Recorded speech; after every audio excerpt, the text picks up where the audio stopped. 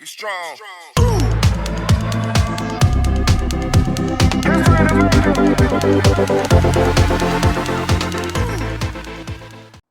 Hey guys, welcome to another episode of Real Talks with Rish. We're much appreciated the first episode's feedback. I know the audio was a little bit patchy and it was just off the iPhone, but definitely we're going to fix that up for this episode and really appreciate the comments and the feedback for it. So on today's episode, we've got a bit of an internal pod with my brother. We're here at the beautiful Hunter Valley in New South Wales. It's been our first time, right? Yeah, first time here. Yeah. What's this place called, Nino? This resort? Villa? Chateau. We're at the Chateau Elan. Chateau Elan, Yeah. that's the one. Yeah. And shout out to my boy Nino. Yeah, plugged for us sure. up here. Yeah, for sure. So long story short, a housemate of Ishan's back home, he moved to Hunter Valley and he hooked us up with this amazing accommodation. So yeah, shout out to my brother. Appreciate it, Nino. So yeah, man. I guess like I'll just start off with, I know we've sort of, we've obviously grown up together and we've sort of navigated our way through the years. My age gap is sort of 2 years. So obviously you're younger. Just sort of tell me, man, like what sort of stuff were you interested in? Like when you were going through school and like in your younger years. Oh, man. Straight into it. So, I don't mess around, bro. yeah. Man. So, traditional family. We had similar interests in cricket. We were at the same school, throughout most of our childhood too. So,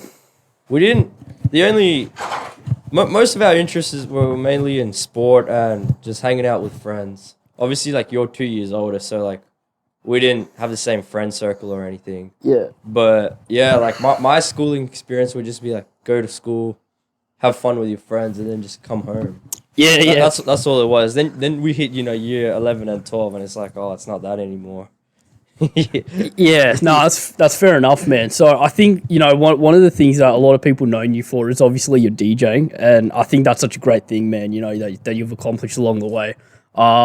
I remember when you started, man, you were telling mum and dad that that's really what you want to pursue. You don't want to go the traditional route of go to college, get a degree, get a job, which is sort of what I went through. So I'm just interested, man. I think you pulled it off, man. I'm not gonna lie, you pulled it off, and you're doing pretty well now, man, with all the DJ and all the rapport that you're getting along the way. So I guess where did that sort of mindset come from that you really wanted to pursue music as opposed to having that traditional methodology of what the parents wanted? Well, it all came down, I think, in middle school. That's where the interest really ignited when I discovered electronic music for the first time. And then a good friend of mine, Josh, he gave me the software. And then I found out, you could make this music for free because kind of pirated it. It just went from there. And I was always interested, it's not like I wasn't interested in school. I was pretty keen in sciences, particularly biology and stuff, and I did that in year 11 and 12. But then, as I sort of grew older, I just figured out that it's, everyone has interests, and you do see people who really make it. And then I questioned, why they made it and why other people didn't. And often it's the time because they took the risk when they had the time, that opportunity. So I figured, why not just give it a shot and, see where it lands up.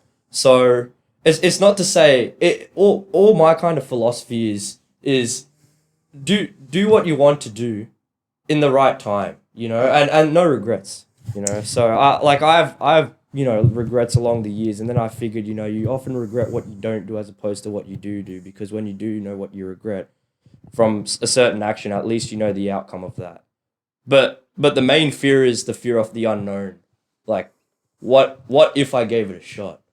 And I know you probably have some. I have some as well, and that's why I figured, the clock's ticking. Soon we're gonna be, wrinkly and old. So why not try? Yeah, man. Nah, that's pretty funny when you said wrinkly and old at the end. But so you touched on two key aspects in that sort of brief conversation there. The first one you said was really give things a try. Otherwise, if you don't try them, you'll never know if you actually want to do them. I do agree with that philosophy, man. I think it's quite important. We're still really young, man. You're still 22? So and at the moment you've got such a big following for Tamasha, obviously, which it's going into its 5th event. So yeah, man, tickets are out as well, by the way. So if you wanna get cop some tickets, it's on the Instagram page, Xenon Events. Just a quick shout out there. I'll chuck a discount code. What's the pod name? Real Talks with Rish. Yeah, Real Talks with Rish. Let's chuck a 10% off that. There you go. Cheeky 10%. And yeah, man, like that event, I remember from the start to what it is now, it literally blew up, man. Like any sort of person in Canberra who's, Indian, studying at uni, not even studying at uni, every sort of Indian person in Canberra definitely knows about Tamasha and the big logo brand. And you're behind it, man, obviously, I guess, with your team and stuff. But it's just really great to see, man, like you doing things that you really want to and you're pursuing that. And obviously, I think, for me as well, it's important to obviously do a 9 to 5, right? Or as, you've read a lot of books, I've read a lot of books along the way from different leaders.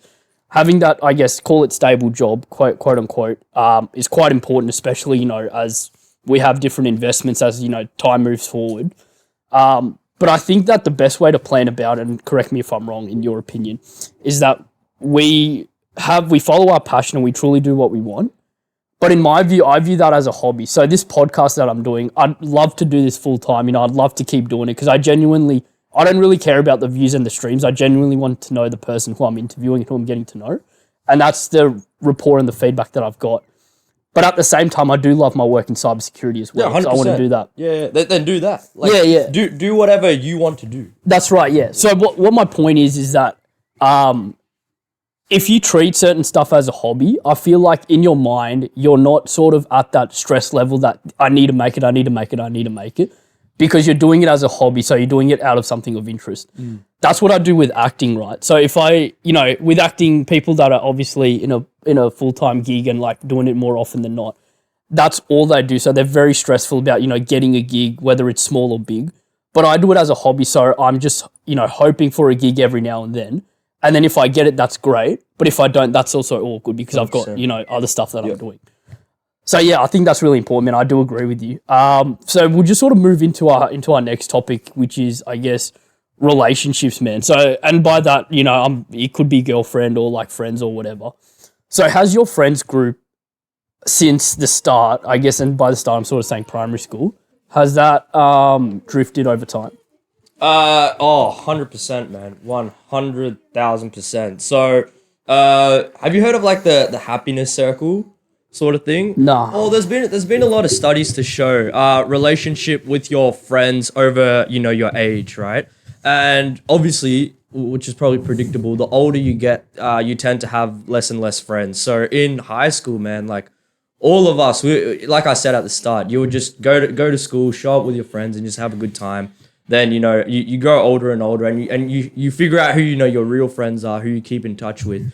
But like at the moment, man, like I'd say definitely less than 5 people I keep in contact to like on a regular basis. And most of your viewers are probably like our age, 20s, and they probably can testify to the same sort of thing, Yeah, 100%, man. I think, I definitely agree because that's the case with me. And you're right. I think as I've gotten older, my friends group has sort of decreased as well.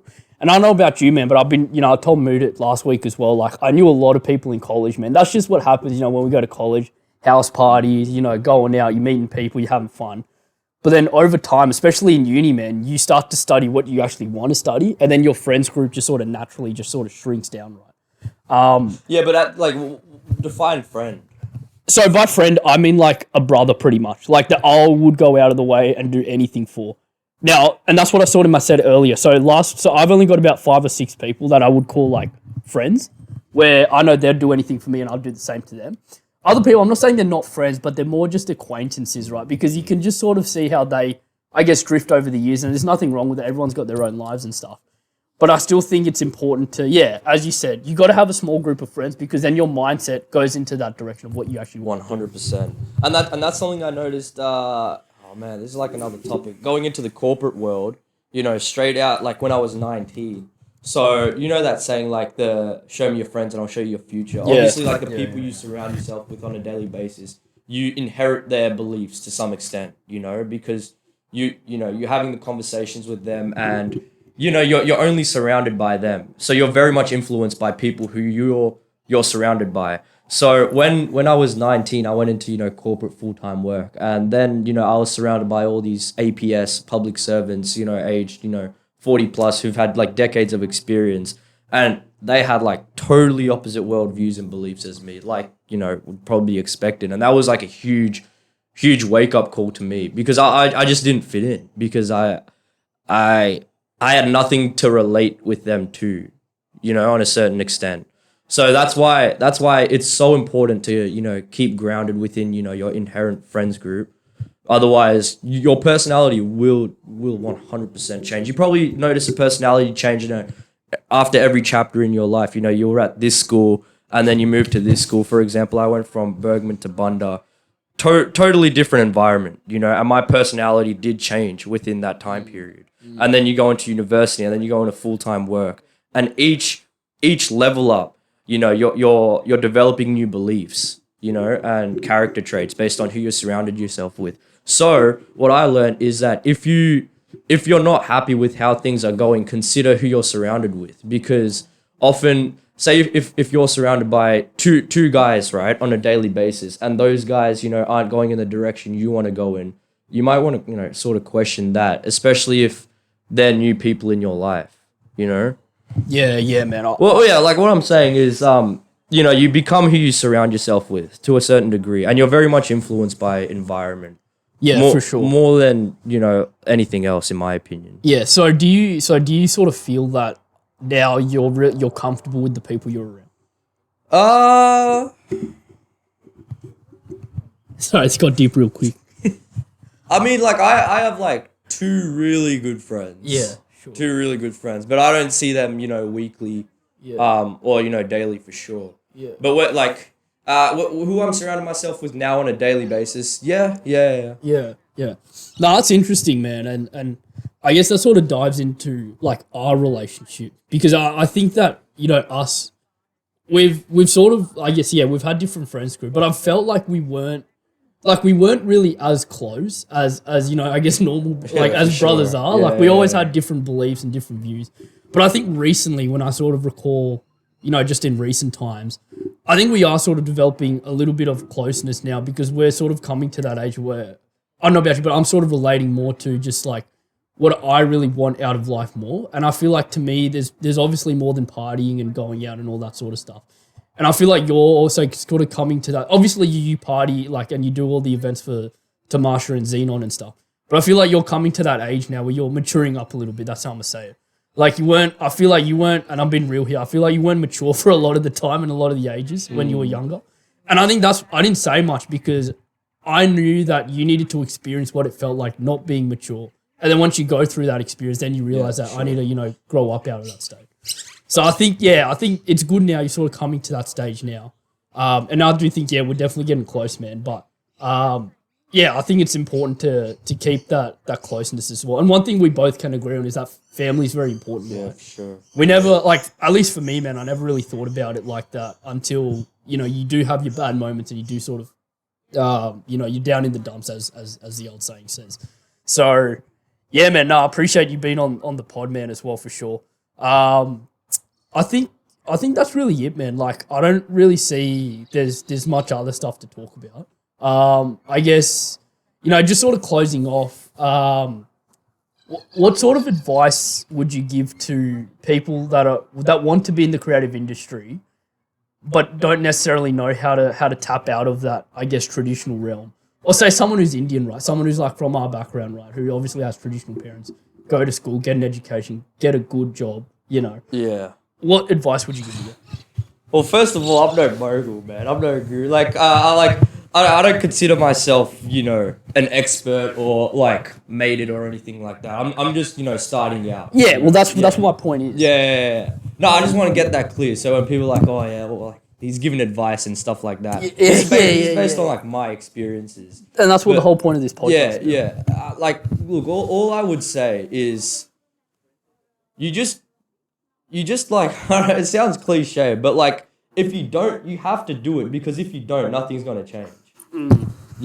Yeah. So everyone's like, oh, I don't know how to start. I don't know how to start. It was like if you started when you thought you didn't know how to start, you would be, 6 months into it by now and you have a direction. And you wouldn't get anywhere as well.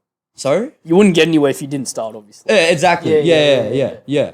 So, look, make the first step. And oftentimes people know how it is, but it's fear and insecurity of what others think. Usually what's keeping them back, So it took me a long time to understand that too. And, like sometimes I feel sort of like anxious when I'm making a post or, an online comment or whatever, right? And then I'm just like, look, in a week from now, no one's really going to remember you did this, So just think in the macro. And it's the small things, that compound over time. So, yeah, man, like going back to your first question is just do it, because if you don't, nothing's going to change. So, and if you did do it when you thought about, starting out, you would already be in the game by now. So if that doesn't tell you anything, I don't really know, it does. Yeah, I think that's really great advice, man. Like you started this podcast, right? Yeah. How long were you thinking about starting this podcast before you actually did? To be honest, I'll be honest, I literally had one day to think about it, because I posted like sort of videos on my Instagram stories, like close friends, about like, just how I went through certain aspects in life. And they really resonated with that. And I had a dinner with a mate. And he's like, dude, why don't you just turn this into a full-fledged podcast? Because I feel like people can relate to it. Yeah. And without just a day of thinking, I was like, yep, I'm going to do it. The next day, I bought the camera. I know this is a real basic setup, but the real point here is I just want to get the message across. And I just don't have any two thoughts about it, man. Yeah. Like, to be honest, I don't really, obviously, I know with everything, you're going to have people that will come in and say negative stuff and all that sort of stuff about, do it this way, do it that way. Which I understand and I agree with, or like, don't talk about this, don't talk about that. But I couldn't really care about what they say, because the thing is, the people who want to be on my podcast, they'll want to do it because they want to share their experiences. And I'm having a lot of interest, which is great. And I didn't expect it to be, as sort of as much interest as it is now. But one thing I've realized is that, you can't really listen to the outside world, bro. Like, you got to do what you want to do. And that's it, man. That's as simple as it gets. Preach.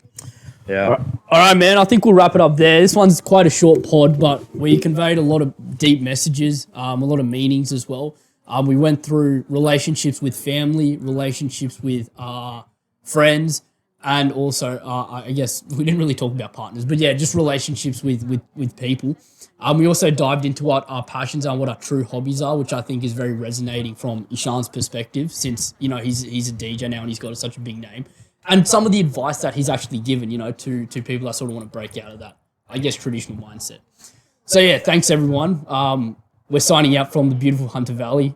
And this is a podcast driven by Ishan.